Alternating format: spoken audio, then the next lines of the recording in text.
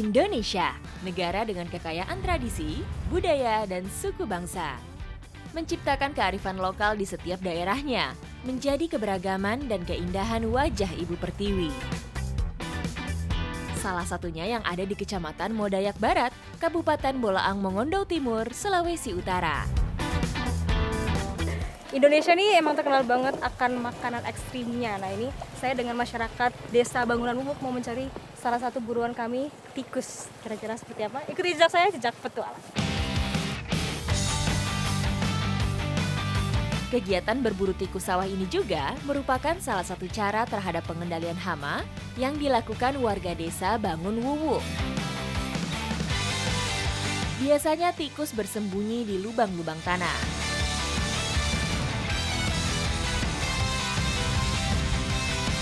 Ini lagi dicek apakah ada tikus di atas pohon. Saya baru tahu ada tikus di atas pohon. Biasanya kan di dalam lubang-lubang di tanah ya.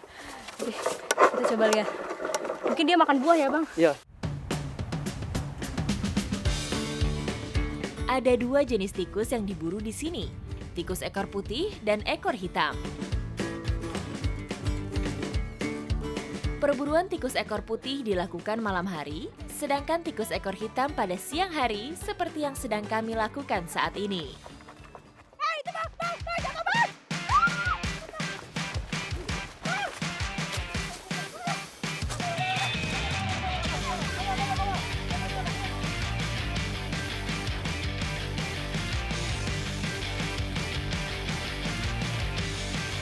Oke, jadi ternyata tikus yang pertama hilang. Jadi kita mau cari di pohon selanjutnya. Cara berburu di sini juga dibantu anjing untuk mendeteksi keberadaan tikus. Warga di sini pun rela memanjat demi mendapatkan hewan buruan.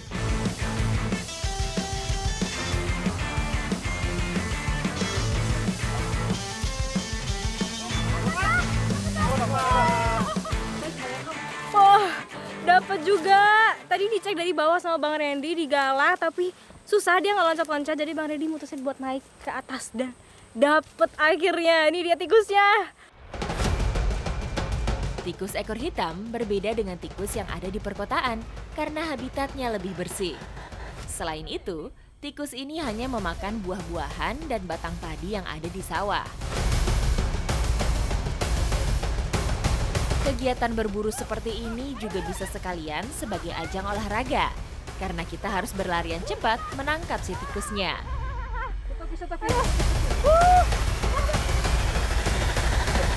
Wah, dapat juga. Ini pergerakannya agak selincah yang tadi, cuman lumayan juga kita harus buru-buru nyergap dia.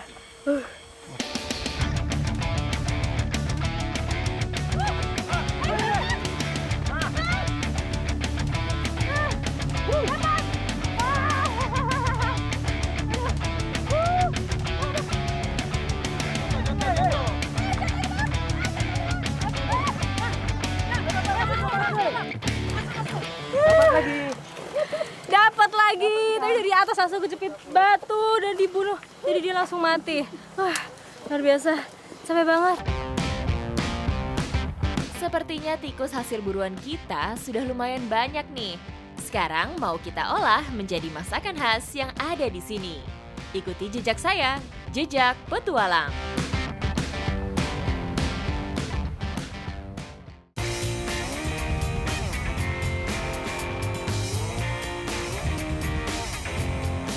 Oke, Oke, jadi hasil perburuan tikus hari ini mau dimasak kawok santan kering. Nah, ini di belakang saya abang-abang lagi sibuk membakar tikusnya supaya bulu-bulunya gampang lepas. Ini saya bantuin mama dan oma siapin bumbu. Untuk membuat kawok santan kering ini, beberapa bahan rempah perlu disiapkan. Semua bekerja sama untuk menciptakan kuliner khas Desa Bangunan Wuwu ini. Tikus yang sudah dibakar, selanjutnya dibersihkan dan dipotong-potong dulu sebelum dimasak. Kalau semua bahan dan bumbunya sudah siap, saatnya memasak. Nah, ini daging tikusnya harus digoreng terlebih dahulu supaya lebih enak. Jadi ini tampilannya udah mulai berubah. Kalau tikusnya sudah digoreng, sekarang saatnya menumis bumbu.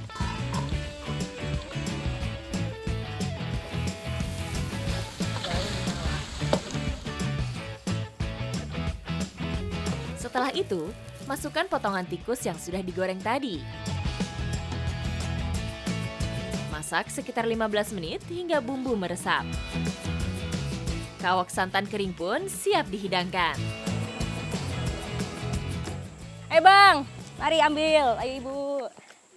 Wah, ini kawok santan keringnya sudah matang, jadi rame-rame langsung kita ambil.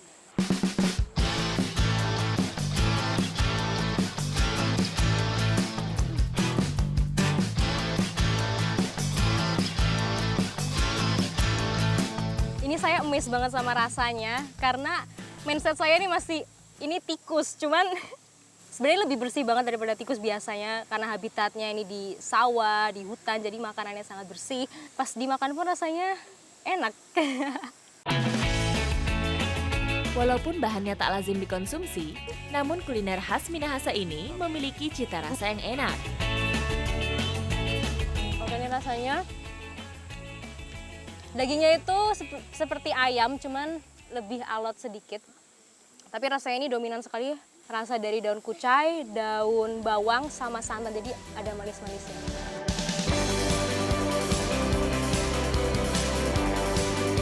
Ini pertama kalinya saya makan kuliner se-ekstrim ini dan ternyata rasanya nggak seburuk yang saya pikirkan. Jadi nih teman-teman kalau berkunjung ke Sulawesi Utara, kuliner ekstrim tikus awe ini bisa dicoba. Ikuti jejak saya, jejak petualang.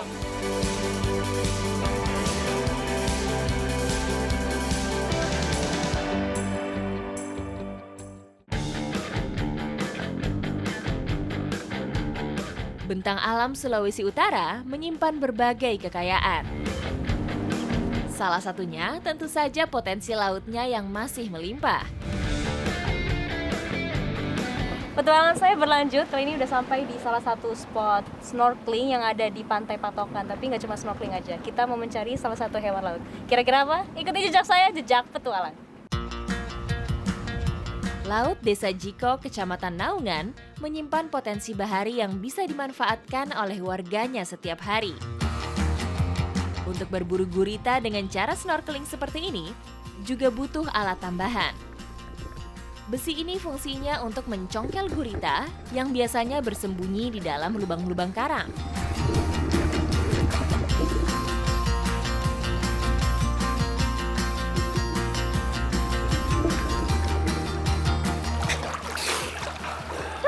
Lepas bang!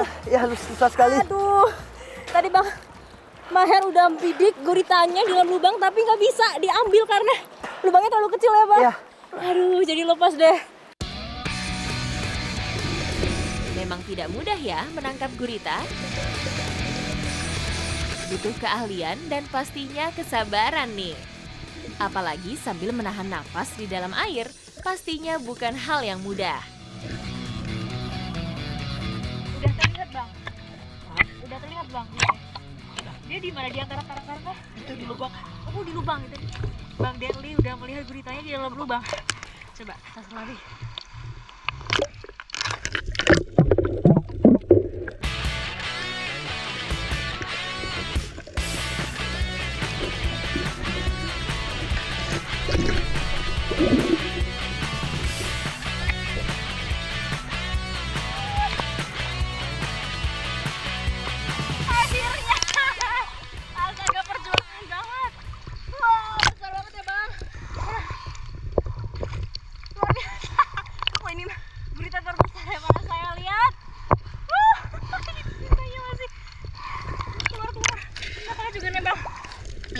Nih, susah banget mencari gurita dengan menyelam seperti ini.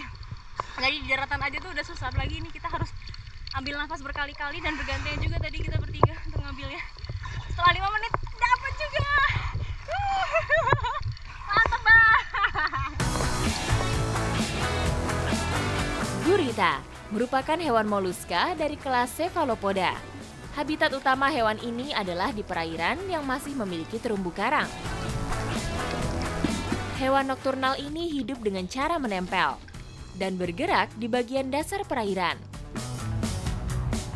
Pada siang hari, gurita banyak menghabiskan waktu dengan berdiam diri di celah bebatuan. Mencari gurita saat siang hari tidaklah mudah, karena gurita cenderung pasif bergerak. Sepertinya gurita yang didapat cukup untuk menjadi bahan masakan kali ini.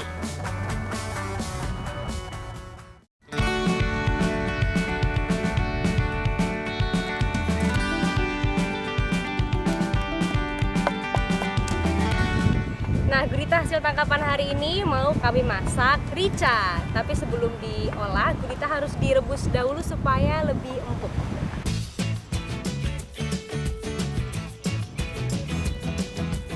Sebelum dicampur dengan bumbu rica, gurita yang sudah direbus terlebih dahulu harus dipotong-potong, supaya mudah menggigitnya nanti. Nah, bumbu-bumbu sudah siap, gurita juga sudah dipotong kecil-kecil, saatnya kita masak. Ayo Bu, masak. Rempah-rempahnya udah buat lagi. Memasak rica gurita tidaklah rumit. Begitu bumbu tumis sudah mengeluarkan aroma harum, barulah potongan daging gurita dimasukkan dan aduk hingga merata. Lalu tambahkan juga sedikit air. Dan terakhir, potongan daun bawang dan daun kemangi sebagai penambah aroma harum. Semua rempah dan guritanya sudah tercampur. Setelah ini harus ditutup dulu dan ditunggu 15 menit sampai sedikit meresap ya Bu. Oke, kita tunggu. Rica gurita so siap, waktunya kita makan. Ayo Ibu, mari makan. Ini saat yang paling ditunggu-tunggu.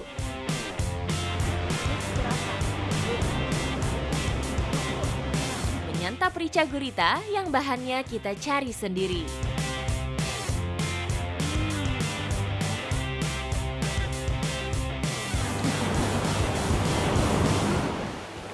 Mantap banget ini bumbunya.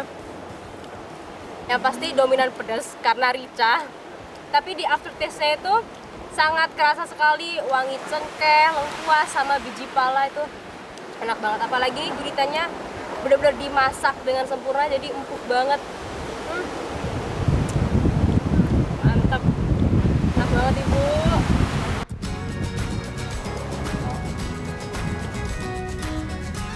Jika diolah dengan benar, daging gurita yang identik dengan teksturnya yang alot ternyata cukup empuk saat dikunyah. Memang ya, namanya olahan seafood itu dimasak jadi makanan apapun gak pernah gagal. Apalagi seperti ini nih, masih fresh, baru ambil, langsung masak. Nikmat banget. Ikuti jejak saya, jejak petualang.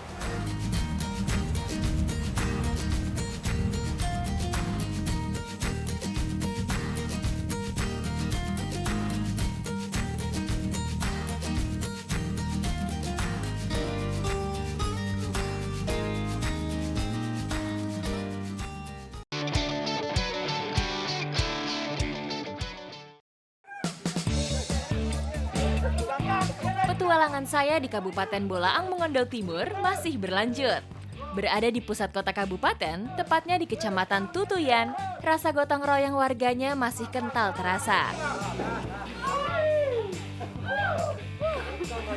Ini tadi saya dalam perjalanan dan udah bergeser ke Bolaang Mongondo Timur dan dikejutkan dengan pemandangan masyarakat beramai-ramai angkat rumah dan ketanggung-tanggung ini. Jauhnya sekitar 900 meter. Saya pasti akan ikutan juga. Ikuti jejak saya, jejak petualang. Tradisi angkat rumah secara bergotong royong seperti ini memang dapat kita jumpai di beberapa daerah di tanah air. Tradisi yang sudah dilakukan turun-temurun oleh suku Mongondo ini masih terus dilestarikan hingga kini.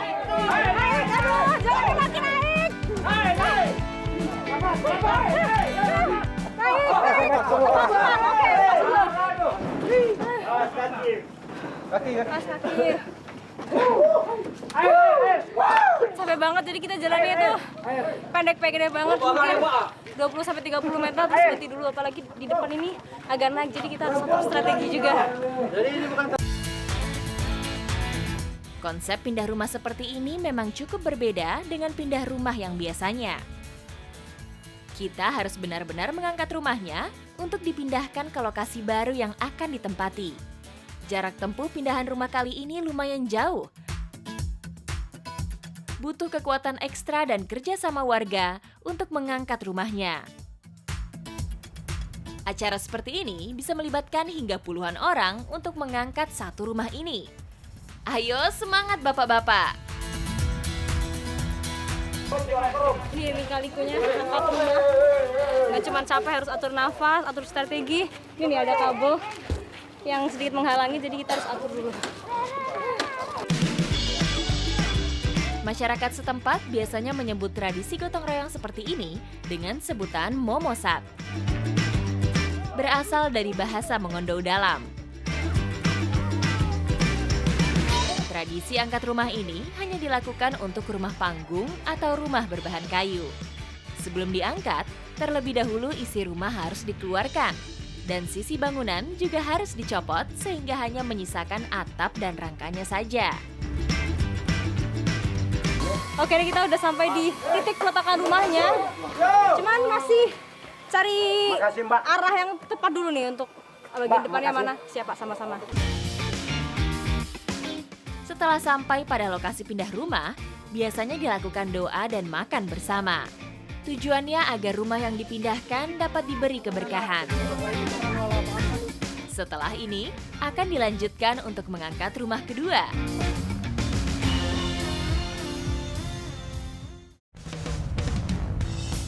Ternyata tantangan pindah rumahnya masih belum selesai. Ayo semangat angkat rumah lagi! Tradisi angkat rumah tidak bisa lepas dari peran tokoh adat sebagai pemimpin doa. Silakan memulai acara ini.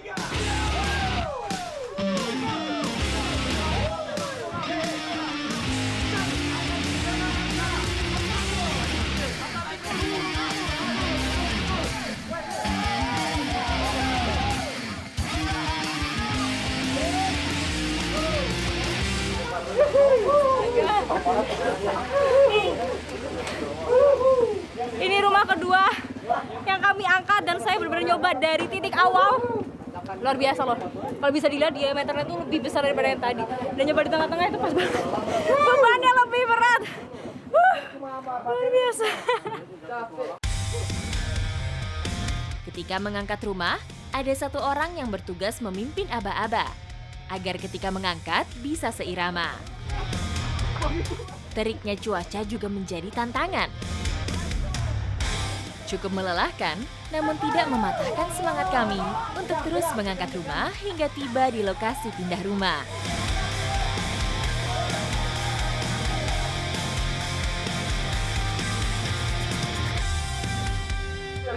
Akhirnya rumah kedua sampai di titik terakhir.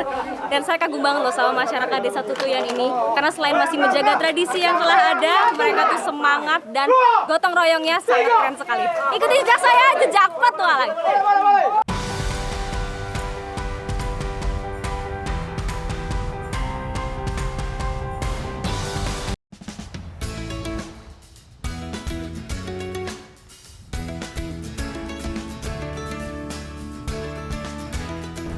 Di Desa Sandana ini, masyarakatnya masih mempertahankan tradisi mencari ikan yang namanya tarik soma. Nah, dari pinggir tadi sudah terlihat pergerakan ikan, jadi kita buru-buru ke tengah seperti ini dan menyebar jaringnya. Ikuti jejak saya, jejak petualang.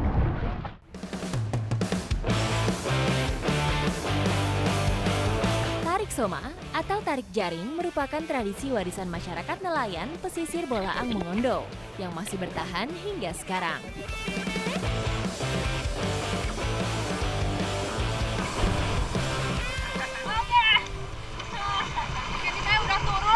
Jadi jaringnya sudah terpasang bentuk letter U dan kita harus cepet-cepet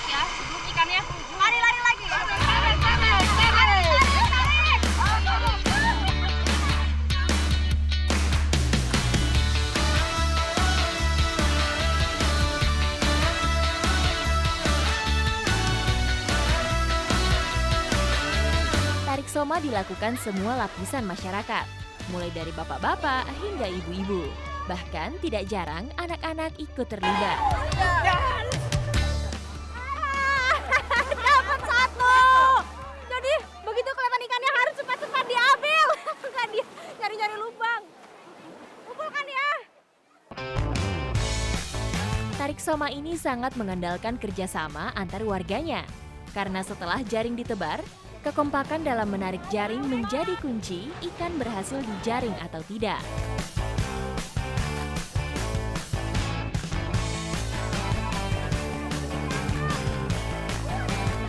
Hari ini menjadi keberuntungan kami. Baru sekali tarik, hasilnya sudah lumayan banyak.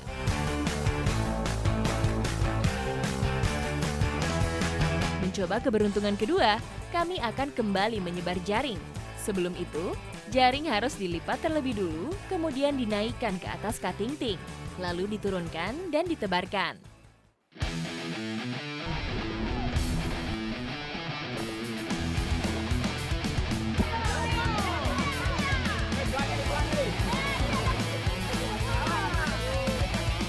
Jadi tangkapan yang kedua nggak sebanyak yang pertama, cuma beragam banget nih. Ada kepiting, terus ada cumi-cumi juga. Tetap ada ikan apa ini Pak? Ini kan cumi. Bobara. Kami berhasil menjaring ikan bobara, ikan roa jantan, ikan buntut gosong, dan ikan sarden. Biasanya ikan hasil menjaring akan dibagikan kepada warga yang ikut terlibat.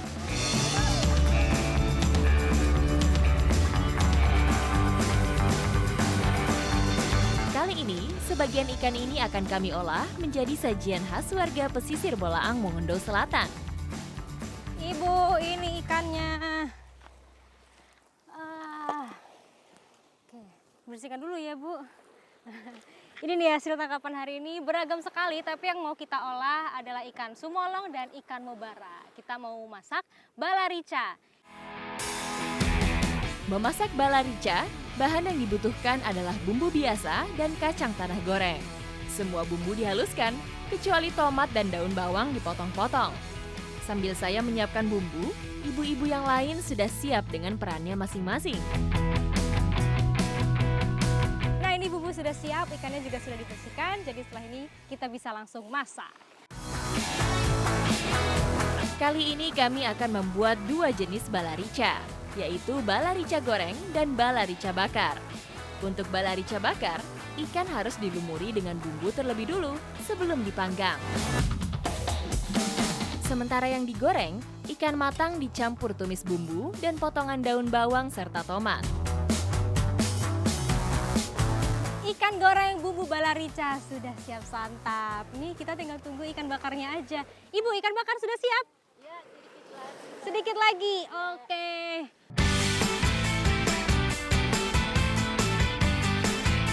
Aroma masakan matang sudah mulai tercium. Saatnya kita santap.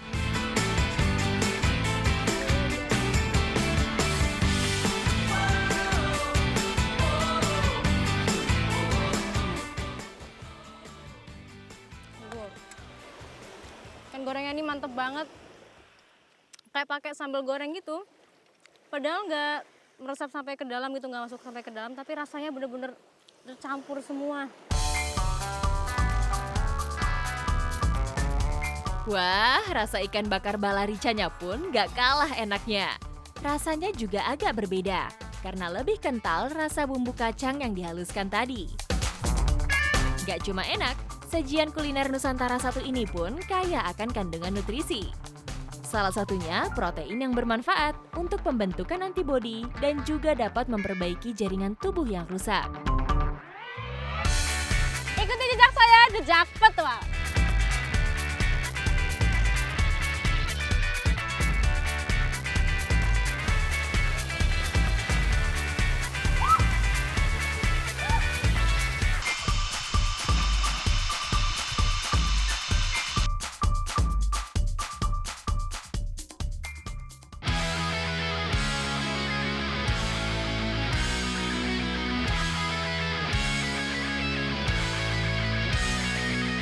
Alam Bolaang Mongondo Selatan tidak hanya menyajikan panorama.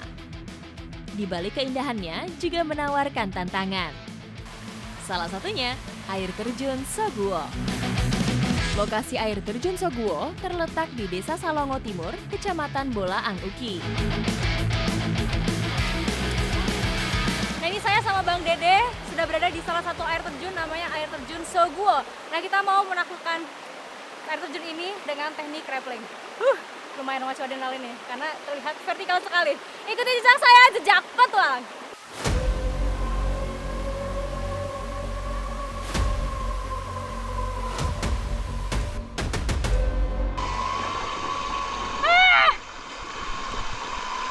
Oke, kita mulai turun. Astaga.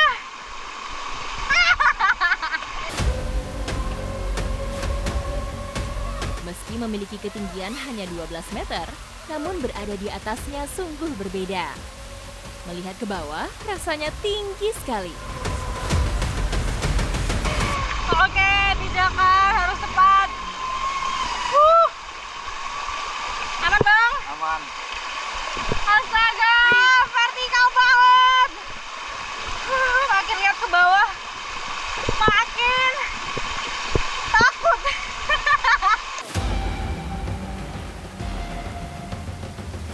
Saya harus lebih fokus, karena harus memperhatikan jalur yang akan saya gunakan.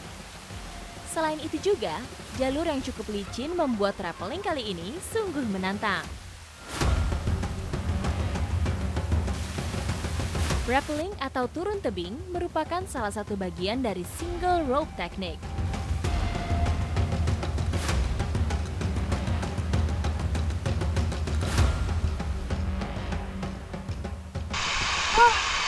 Astaga. Ini baru di atas, baru mulai turun tapi terlihat vertikal dan terjal sekali. Ini benar-benar totally steep, benar-benar curam banget.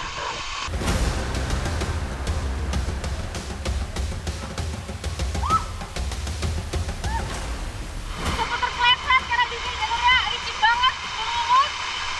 Wah, tapi harus balik lagi dan mudah-mudahan kaki harus kuat. Rappelling selain dapat memacu adrenalin, kegiatan outdoor satu ini juga dapat melatih kekuatan otot tangan dan kaki. Selain harus menjaga keseimbangan, juga harus hati-hati ketika memilih pijakan. Woi, hujan air terjunnya. Sebenarnya debit airnya masih kotor, nggak terlalu deras. Karena ini trekkingnya sangat jauh. Curam juga dan licin. Itu yang bikin susah. Harus fokus. Saya akan mencoba bergelantungan di tengah-tengah air terjun. Sambil sedikit bersantai sekaligus menikmati kesegaran airnya.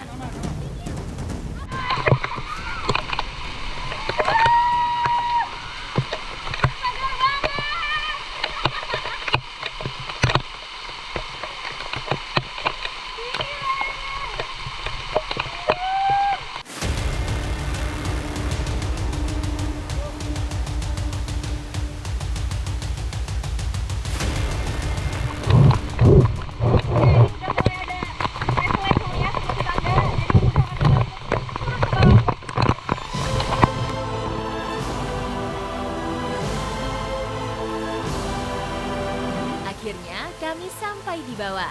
Bagi saya, ini merupakan pengalaman yang luar biasa. Bisa menaklukkan air terjun Soguo.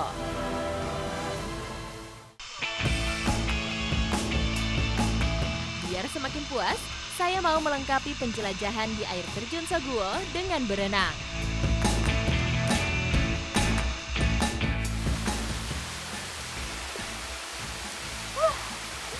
Seru sekali pengalaman saya hari ini. Rappelling, menguji adrenalin di air terjun Soguo, ditutup dengan berenang di kolam alami. Badan saya semakin siap dan rileks. Ikuti jejak saya,